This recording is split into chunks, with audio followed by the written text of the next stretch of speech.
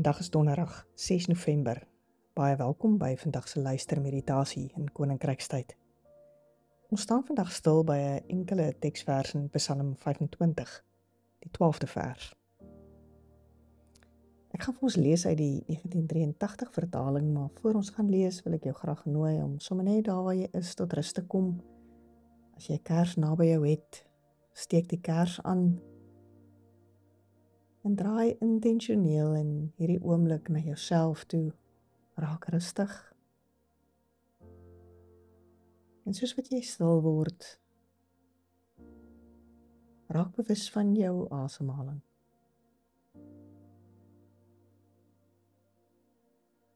En met elke asemteug weet dat God, die een wat asem en lewe gee, in jou tuis is. En soos wat jy uitblaas, gee die gedagtes, die emosies, dit wat jy beleef vir die Here. Asem in die teenwoordigheid van God, blaas uit en gee dit wat voorop by jou is vir die Here in die oomblik.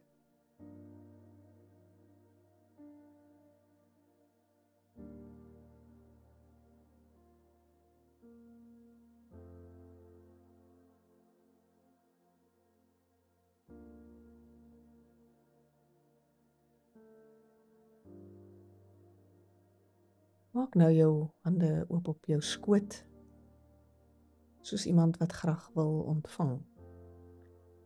En ontvang hierdie oomblik as 'n gawe van God.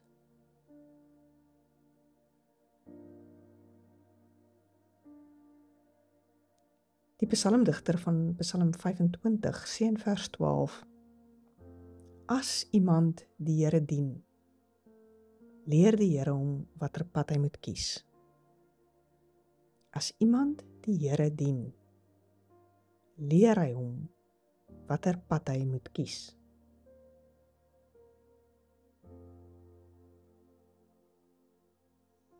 Ek weet nie wat jou eie ervaring en storie met keuses is nie. Hoe maak jy keuses? Waar het jy goeie keuses in jou lewe al gemaak waarvan jy bewus is, en waar was daar dalk slegter keuses? Dink dalk vir 'n oomblik oor jou eie storie met keuses en besluitneming en maak sommer 'n paar notas daaroor.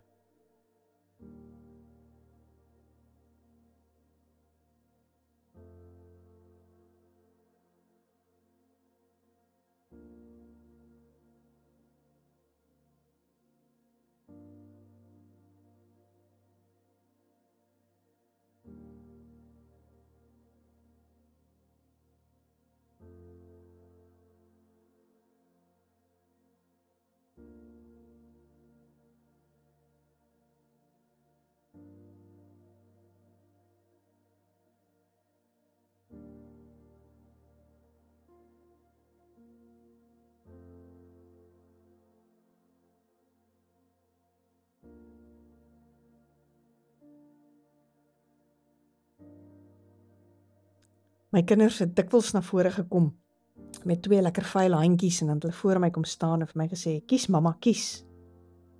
En dan het ons gesê, eenie, meenie, miny, mou. En dan moes ek kies. Heel gereeld het ek verkeerd gekies. Dan was die lekkertjie of dit wat hulle vir my wou gee in die ander hand. So af en toe was ek gelukkig. En dan was die genot groot. Al weet ek voor my siel dat die sukses van die oomblik niks te doen gehad het met my slimmigheid nie. Kies. Die lewe doen dit dikwels met ons. Sommer skielik konfronteer hy jou met 'n keuse uit sy face. Soms is dit 'n klein keusetjie wat ons moet maak. En soms is dit 'n pielie van 'n besluit. Soms kan mens vinnig amper al vir rympie aframmel en daarmee tevrede wees en verbykom. Ander kere moet jy jou kies ken, of jy sit in die knyp. Kies, en as jy klaar gekies het, sit jy met die sak patats. Dis die slegte kant van kies. Gewoonlik moet jy kies en klaar kry. 'n Bietjie wik en weeg is nog so toelaatbaar, maar as jy eers besluit het en die pot is op jou toegeslaan, dan is jy koel deur die kerk. Dan moet jy vat wat jy gevat het en los wat jy gelos het.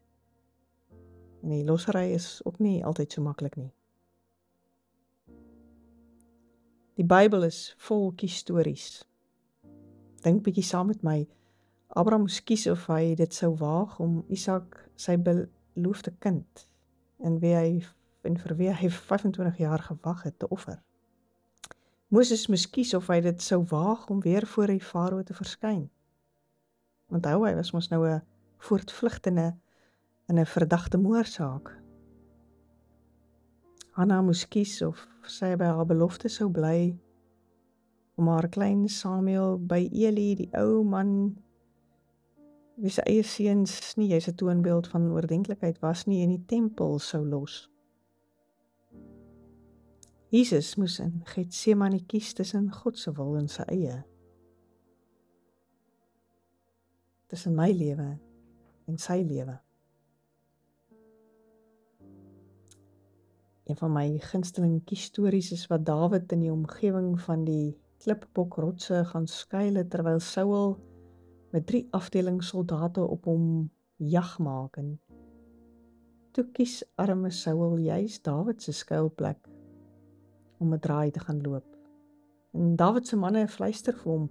Ons lees daarvan in 1 Samuel 24. Dis nou die kans. Dis nou die kans wat die Here vir jou gee. Jy kan jou vyand oorgee. Jy kan met hom maak wat jy wil. En Dawid kruip toe stilletjies nader en sny net die punt van Saul se mantel af.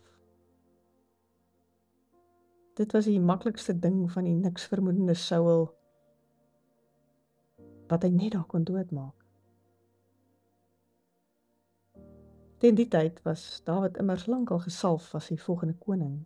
Saul was 'n swak, roekelose regeerder, wat hom laat dryf het deur haat en afguns teenoor Dawid. So die versoeking moes groot gewees het om Saul daar te vernietig. Maar Dawid kies. Hy kies teen die annits van sy manne in, teen die moordwapen in sy hand. Hy kies om die reg in God se hande te laat. Hy kies om te wag tot God, wat hom gesalf het as koning, hom ook kroon as koning.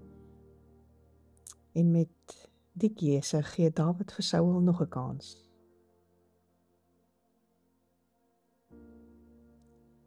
Soos vir Dawid is dit vir ons ook nie altyd maklik om reg te kies nie, maar is moontlik. Want Dawid se geloofsbelydenis kan ook die belydenis van elkeen van ons as sy kinders wees. Die belydenis waarvan ons lees in Psalm 25 vers 12. As iemand die Here dien, leer die Here hom watter pad hy moet kies. Ek weet nie of daar groot keuses is wat jy op hierdie stadium in jou lewe moet maak nie. Maar gebruik die geleentheid om vandag met dit in jou hart en daardie keuse by die Here te sit en fyn te luister.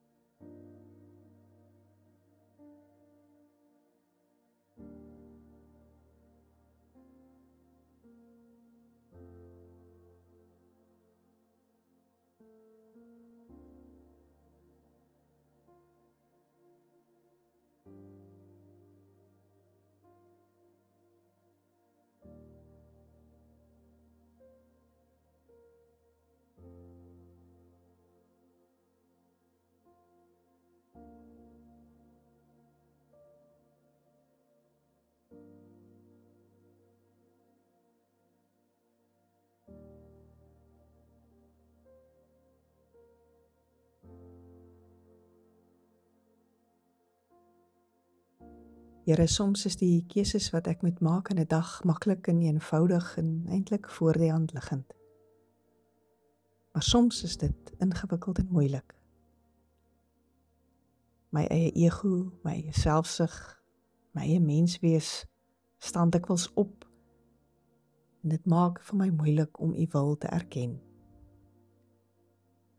Help my om U raak te sien, so naby aan U te leef, dat U wil vir my elke dag meer duidelik word. In die maklike eenvoudige keuses, maar juis ook wanneer die moeilike keuses kom. Amen.